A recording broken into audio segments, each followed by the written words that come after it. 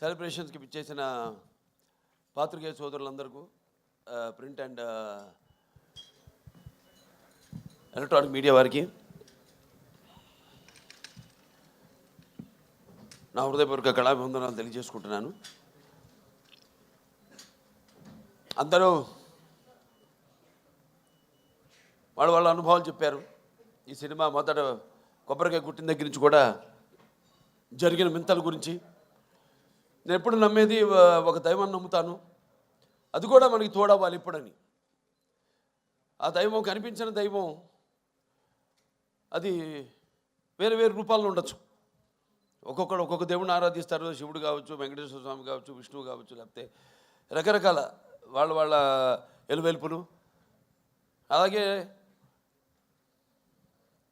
తల్లిదండ్రులు, నా తల్లిదండ్రులు వాళ్ళ యొక్క ఆశీర్వాదం, అలాగే కళాంబ తల్లి యొక్క ఆశీర్వాదం, ఇవన్నీ కలగలిపితే ఒక డాకు మహారాజు. ముఖ్యంగా ఎన్నో సినిమాలు చేశాను. సరే, దాంట్లో వరుసగా ఇది 4వ సినిమా విజయం సాధించింది. మొదటి సినిమా ఏమో ఒక పరీక్ష, అఖండ చేసేటప్పుడు అదేమో కరెక్ట్గా కోవిడ్ రావడం. ఆ కోవిడ్ టైంలో సాహసించే ధైర్యం చేసి సినిమాని విడుదల చేయడం, అఖండమైన విజయాన్ని సాధించడం అఖండ సినిమా.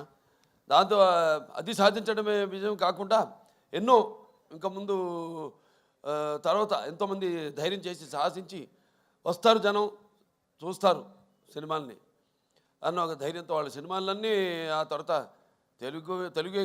తెలుగే కాకుండా అన్ని భాషల సినిమాలు కూడా వాళ్ళ సినిమాలను ధైర్యంగా విడుదల చేయడం జరిగింది. ప్రతిదీ ఒక ఛాలెంజ్. అయిపోయింది అఖండ, నెక్స్ట్ ఏమిటి అన్నప్పుడు ఒక వీరసింహారెడ్డి, అదైన తర్వాత సరే అది కూడా అయిపోయింది.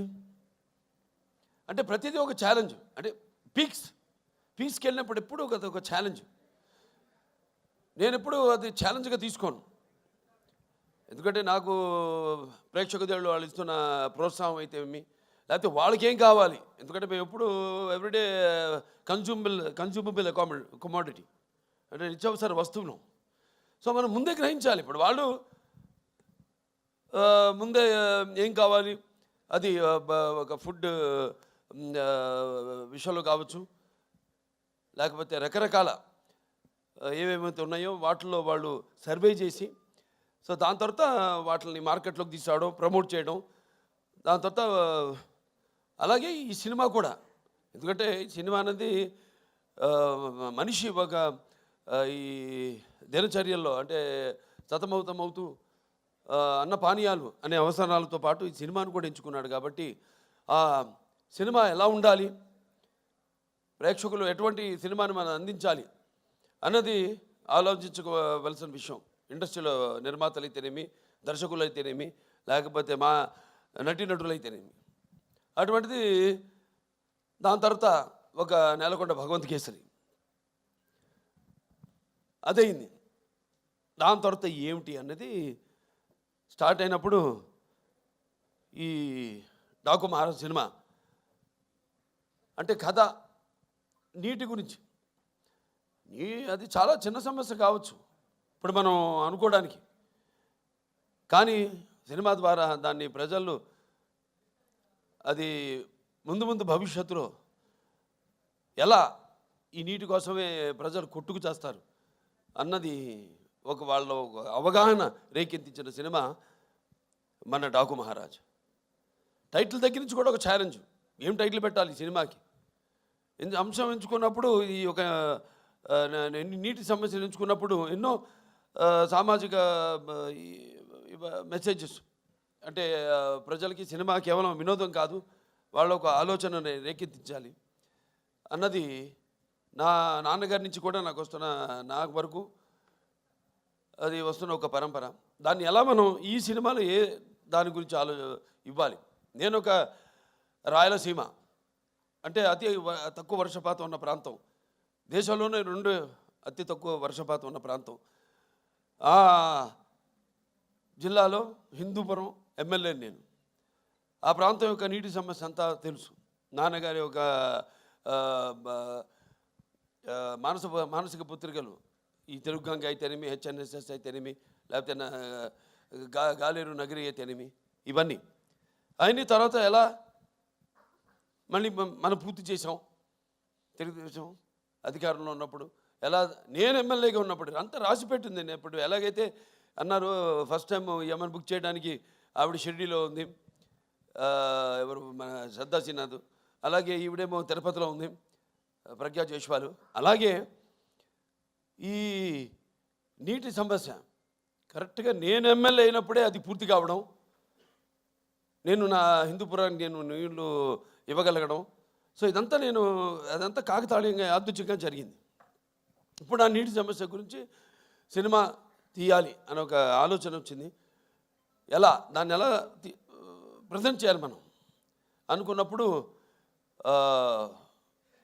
రాజస్థాన్ ఎక్కడైతే ఏముంది, ఇక్కడ మన తెలుగు వాళ్ళు గొప్పతనం చాటుకుంటూ అక్కడ రాజస్థాన్లో కూడా మళ్ళీ మనం వాళ్ళు దుక్కుదున్ని నీరు పోసి నారు పెట్టి అలాగే కోత కోసి ఎలా చేయగలుగుతాం, అక్కడ కూడా మన ఒక ఇంజనీర్, ఒక సామాన్య ఇంజనీర్, ఒక తెలుగువాడు వెళ్ళి ఎలా చేయగలుగుతాడు. చేసాం మనం ఇక్కడ సృష్టికి ప్రతి సృష్టి చేసాం. ఎలాగైతే మన రాయలసీమ గురించి చెప్పాను, మన ఇది అవిభక్త ఆంధ్ర రాష్ట్రానికి 6 ముఖ్యమంత్రులు ఇచ్చింది రాయలసీమ అని.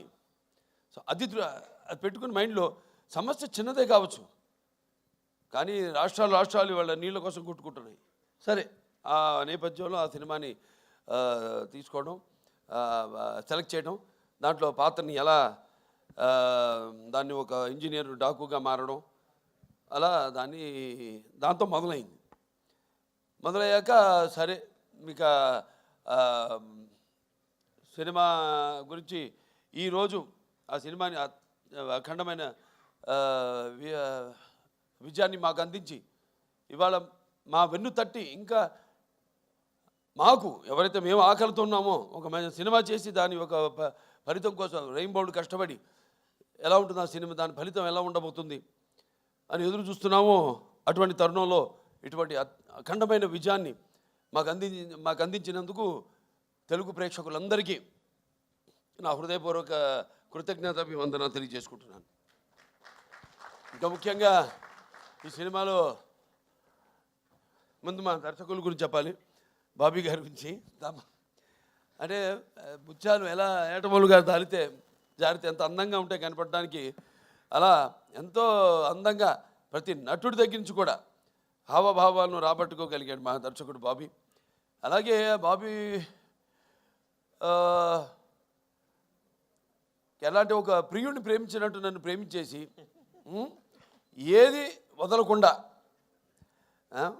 ఎంతో సున్నితంగా, ఎంతో నాలో అయిన నట విశ్వరూపాన్ని ఆవిష్కరింపజేసిన బాబీకి నా హృదయపూర్వక కృతజ్ఞతలు తెలియజేసుకుంటున్నాను.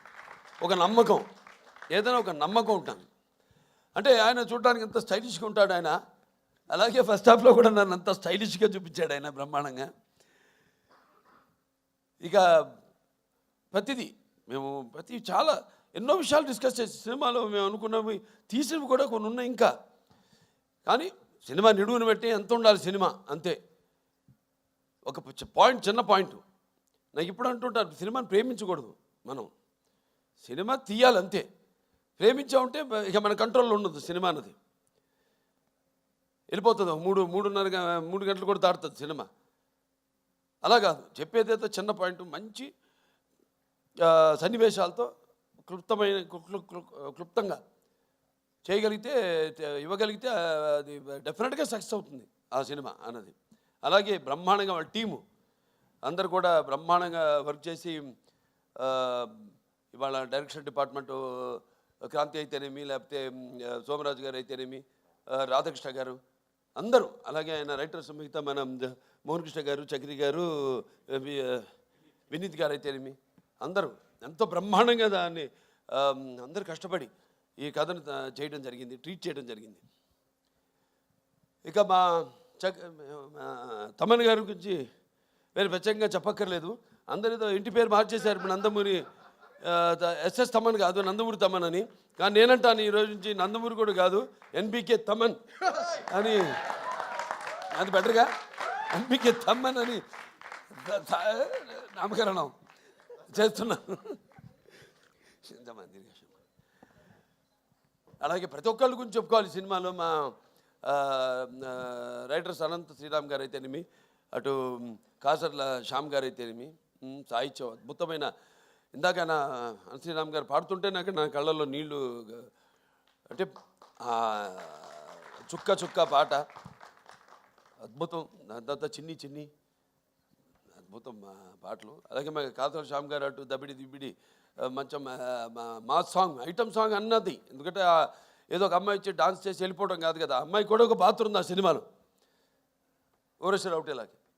సో అద్భుతంగా ఆ పాట, దాని తర్వాత సర్కార్ పాట ఎంతో అద్భుతంగా అన్నీ కుదిరినాయి ఈ సినిమాకి. ఇక మా హీరోయిన్లు నా ప్రజ్ఞ జైస్వాల్, అఖండ నుంచి మా యొక్క ఈ యొక్క జర్నీ, అందులో కూడా ఎంతో అద్భుతమైన పర్ఫార్మెన్సు, గ్లామరు పర్ఫార్మెన్సు కలగలిపి ఎంతో అద్భుతంగా ఆవిడ రెండింటిని సమపాళ్లలో అందే కనిపించడం జరిగింది. సో మళ్ళీ తిరిగి మా కాంబినేషన్లో మళ్ళీ ఇది రెండో సినిమా ఈ యొక్క డాకు మహారాజ్. ఈ చిత్రం కూడా విజయం కావడం తప్పకుండా ఎంతో అందం ప్లస్ టాలెంట్ రెండు కలగలిపిన మరొక ఆర్టిస్టు మన శ్రద్ధా శ్రీనాథ్. ఎంతో నేను ముందు మాట్లాడినప్పుడు కూడా బాబీ గారు చెప్పారు, ఎంతో సెలెక్టివ్. తను కూడా చెప్పింది. నేను అంటాను, ఆర్టిస్ట్ అన్నది ఎప్పుడు, ఆర్టిస్ట్ అన్న వాడు ఎప్పుడు కనిపిస్తూ ఉండాలి, ఎప్పుడు should be always in the focus. ఎప్పుడు ఎక్కువ అంటే ఆవిడ రియలైజ్ అయినట్టుంది. Now she saying that. ఇప్పుడు అంటుంది ఆవిడ, కాదు నేను ఇక్కడి నుంచి ఎక్కువ సినిమాలు నటిస్తాను నేను అంటే. మంచి సినిమాలే, ఎందుకంటే ఆవిడకున్న ఇమేజ్కి, ఆవిడకున్న టాలెంట్కి తగ్గట్టుగా ఆవిడకి పాత్రలు వస్తాయి. మరి నేను అన్నది ఏదో ఇందాక ప్రేమించకూడదు సినిమానని, కథ వరకు పాత్ర వరకు మాత్రం ఎప్పుడూ కనిపిస్తూ ఉండాలి. ఉంటేనే ఆర్టిస్టుని మర్చిపోరు, ఎప్పుడు ఆర్టిస్టు గుర్తుండిపోతాను. సో అద్భుతమైన మరువైన పాత్రని ఎంతో అద్భుతంగా నటించిన శ్రద్ధా శ్రీనాథ్కి నా అభినందనలు తెలియజేసుకుంటున్నాను. ఇంకా మా చాలామంది ఫైట్ మాస్టర్ వెంకట్ మాస్టర్ గారు, అలాగే మా కెమెరామెన్ విజయ్ కార్తిక్ గారు, ఇక మా డాన్స్ మాస్టర్ శేఖర్ మాస్టర్ గారు అయితేనేమి, శివ మాస్టర్ గారు అయితేనేమి, అందరూ ఎంతో అద్భుతంగా వాళ్ళకి అప్పచెప్పిన వాళ్ళ పనులను ఎంతో 100కి 100 పాళ్ళు న్యాయం చేసి ఈ సినిమాలో ఏదైతే మా నిర్మాత వంశీ గారు కలగన్నారు, ఆయన అభిమాని ఫ్యాను. అటువంటిది ఒక కొత్త బాలకృష్ణ నేను ఆవిష్కరించాలి ఈ సినిమాలో అని ఏదైతే ఆయన కలగన్నాడో, అలా ఆయన ప్రతి దాంట్లో కూడా ఆయన కేవలం నిర్మాతగా కాకుండా ఒక టెక్నీషియన్గా అన్ని క్రాఫ్ట్స్ మీద మంచి గ్రిప్ ఉన్న నిర్మాత మన వంశీ గారు. అటువంటి నిర్మాత కూడా మనకు ఉండడం ఒక ఆయన నా అభిమానిగా నాకు చాలా గర్వంగా ఉంది. సో ఆయన్ని ఈ యొక్క సందర్భంగా ఆయన్ని అభినందిస్తూ ఇంకా ఎన్నెన్నో మంచి అద్భుతమైన సినిమాలు తీశారు ఆయన బ్యానర్లో. ఇంకా ముందు ఇంకా మంచి మంచి సినిమాలు కూడా తీయాలని ఆయన అభినందిస్తూ,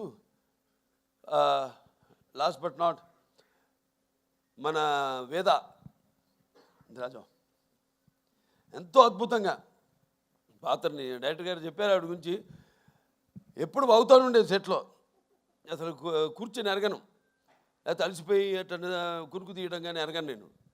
ఎప్పుడు ఎంతో అటు విన్నట్టే అటు ఇటు చూసుకుంటూ మళ్ళీ చెప్పినట్టు డైరెక్టర్ గారు కెమెరా ఆన్ అనగానే ఏమిందో ఎప్పుడు చూసిందో తెలియదు కానీ చౌ అనుగా చెప్పినట్టే అంత బ్రహ్మాండంగా అభినయించింది ఆ పాత్ర. మరి ఫస్ట్ హాఫ్లో అద్భుతంగా అసలు ఆ డైలాగ్స్ ఏదైతే బండి డ్రైవర్గా సెలెక్ట్ చేయడానికి నన్ను బండి తోలమంటుందో బండి వెనక్కి రివర్స్ తోలుతుంది దాన్ని బండిని ఆపగానే ఎందుకు నేను ఆపనలేదు కదా ఎందుకు ఆపామంటే వెనకాల పూల కుండీలు ఉన్నాయమ్మా దిగి వెళ్ళి చూస్తే అప్పుడు అంటాను వాటిలో కూడా పూల చెట్లకు కూడా ప్రాణం ఉంటుంది కదమ్మా అనగానే ఒకసారి ఆ పక్కన ఎవరైనా మగరాన్న ఆయన వెంటనే ఎంత అంటే ఎంతమంది ఊచకోతూ వచ్చాడు ఇక్కడికి అనేది ఎంతో అద్భుతంగా ప్రతిదీ ఎంతో బాగా నటించేది పాప మంచి భవిష్యత్తు ఉంది ఫస్ట్ స్టడీ వెల్ ముందు पढ़ना भी उसके साथ बाद में धीरे धीरे యాక్టింగ్ करना సరే మన సినిమాకి వస్తే చాలామంది అనుకుంటారు పాత్ర గురించి ఇప్పుడు పాత్రలు పరకాయ ప్రవేశం అంటే పాత్ర సినిమా కథను ఓకే చేసి ఆ పాత్రకు వెళ్ళే వరకు నాకు తెలీదు అంటే నేను నా వాచకం నా ఆంగికం కానీ నా ఆహార్యం కానీ ఎలా ఉంటుందో నాకు ఐడియా లేదు ఉండదు ప్రతి పాత్రకు ఒకటే చేస్తాను నేను కాకపోతే ఒక్కసారి ఆ పాత్రలోకి వెళ్ళినప్పుడు ఆ పాత్ర నన్ను ఆ పరకాయ ప్రవేశం చేసినప్పుడు అంటే నేను ఎప్పుడు చెప్తుంటాను ఒక యాక్టింగ్ అంటే కేవలం అరవడం నవ్వడము ఒక తృప్తి పరిచే ఒక అరుపు ఒక డైలాగ్ అరవడము కాదు పాత్ర అంటే ఒక పరకాయ ప్రవేశం ఇంకో పాత్రలోకి ఏ పాత్ర అనుభవాలు అయితే ఆ యొక్క ఆ పాత్రకు ఆత్మ అనుభవాలు అయితే మనము అనుభవించలేదో ఆ పాత్రలోకి వెళ్ళిపోవడం సో అది నాకు ఒక గొప్ప వరంగా భావిస్తున్నాను మా నాన్నగారి తొరత అలాగే చాలామంది అంటుంటారు అంటే ఈ సినిమా మొదలైంది కూడా ఈ సప్త సముద్రాలు వాటి గురించి చర్చించుకుంటూ ఎన్నో చర్చించుకున్నాం సరదాగా ఇక చర్చించుకోవడానికి ఉంది సబ్జెక్ట్ ఇంత అనుకుంటాం దాన్ని కుదిస్తాం మళ్ళీ నేను చెప్పినట్టు 2.5 గంటలు అంటే మనకి ఎలా ఉన్నాయి లవణ సముద్రం అయితేనేమి ఇచ్చు సముద్రం అయితేనేమి లేకపోతే సర్ప సముద్రం అయితేనేమి దతి సముద్రం అయితేనేమి క్షర సముద్రం అయితేనేమి లేకపోతే శుద్ధ సముద్రం అయితేనేమి ఇలా మన దాంట్లో కూడా మన శరీరంలో కూడా 7 సముద్రాల నుంచి మొదలైంది మన ప్రపంచంలో కూడా 7 సముద్రాలు ఉన్నాయి ఎలా ఏం చేద్దాం ఈ నీళ్ళ గురించి ఎన్నో డిస్కషన్స్ చేసాం వాటర్ గురించి ఒక సీన్ కూడా తీసేసాం నిడువు ఎక్కువైందని దాంట్లో మన గురించి చెప్పుకుంటాం ఏది మన సార్ ఆర్థర్ కాటన్ ధర ఒక్కడే గోదావరి దగ్గర ధవళేశ్వరం ఆనకట్ట కట్టించాడు అలాగే ఈ యొక్క ఏదైతే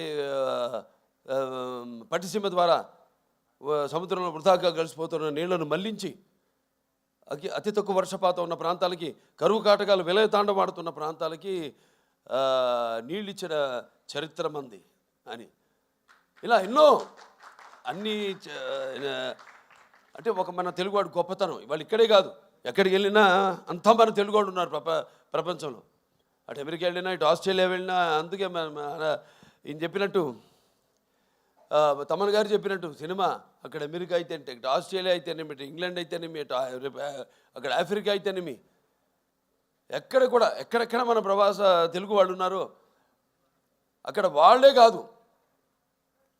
కాకుండా ఇవాళ మన తెలుగు సినిమా ఏ రేంజ్కి వెళ్ళిందంటే ఇవాళ అవతల వాళ్ళు అంటే ఆ దేశస్తులు కూడా మన సినిమాను చూసి ప్రశంసించే స్థాయికి మన తెలుగు చలనచిత్ర పరిశ్రమ ఎదిగిందంటే మరి మనం ఎంతోమంది దానికి మన గొప్పలే మనం ఎక్కువ చెప్పుకోము సో కాబట్టి ప్రేయర్లో అప్రస్తుతం ఇక్కడ ఎందుకంటే నా వరకు నేను నా గురించి ఆలోచించుకుంటుంటాను నా వరకు నేను ఎంత బాగుండాలి అంత అన్నది ఒక స్వార్థం అయితే తమ్మన్ గారు చెప్పారు చాలా వివరంగా ఇవాళ ప్రపంచం ఎలా ఉందో ఎంత కుదించుకుపోతుంటో అంత క్లిష్టంగా తయారవుతుంది ప్రపంచం ఇవాళ నీళ్ళ గురించి తీసామంటే నీళ్ళే ఇవాళ అక్కడ చైనా అయితేనేమి గాజెస్ అయితేనేమి లేకపోతే ఇవాళ బ్రహ్మపుత్రం మీద రేపు ఆనకట్ట కట్టాలి వాళ్ళు అనుకోవడం అయితేనేమి రేపు అబ్దుల్ కలాం గారు చెప్పినట్టు ముందు జరగబోయేది వెపన్స్ కాదు యుద్ధాలు వాటర్ వార్స్ జరుగుతాయని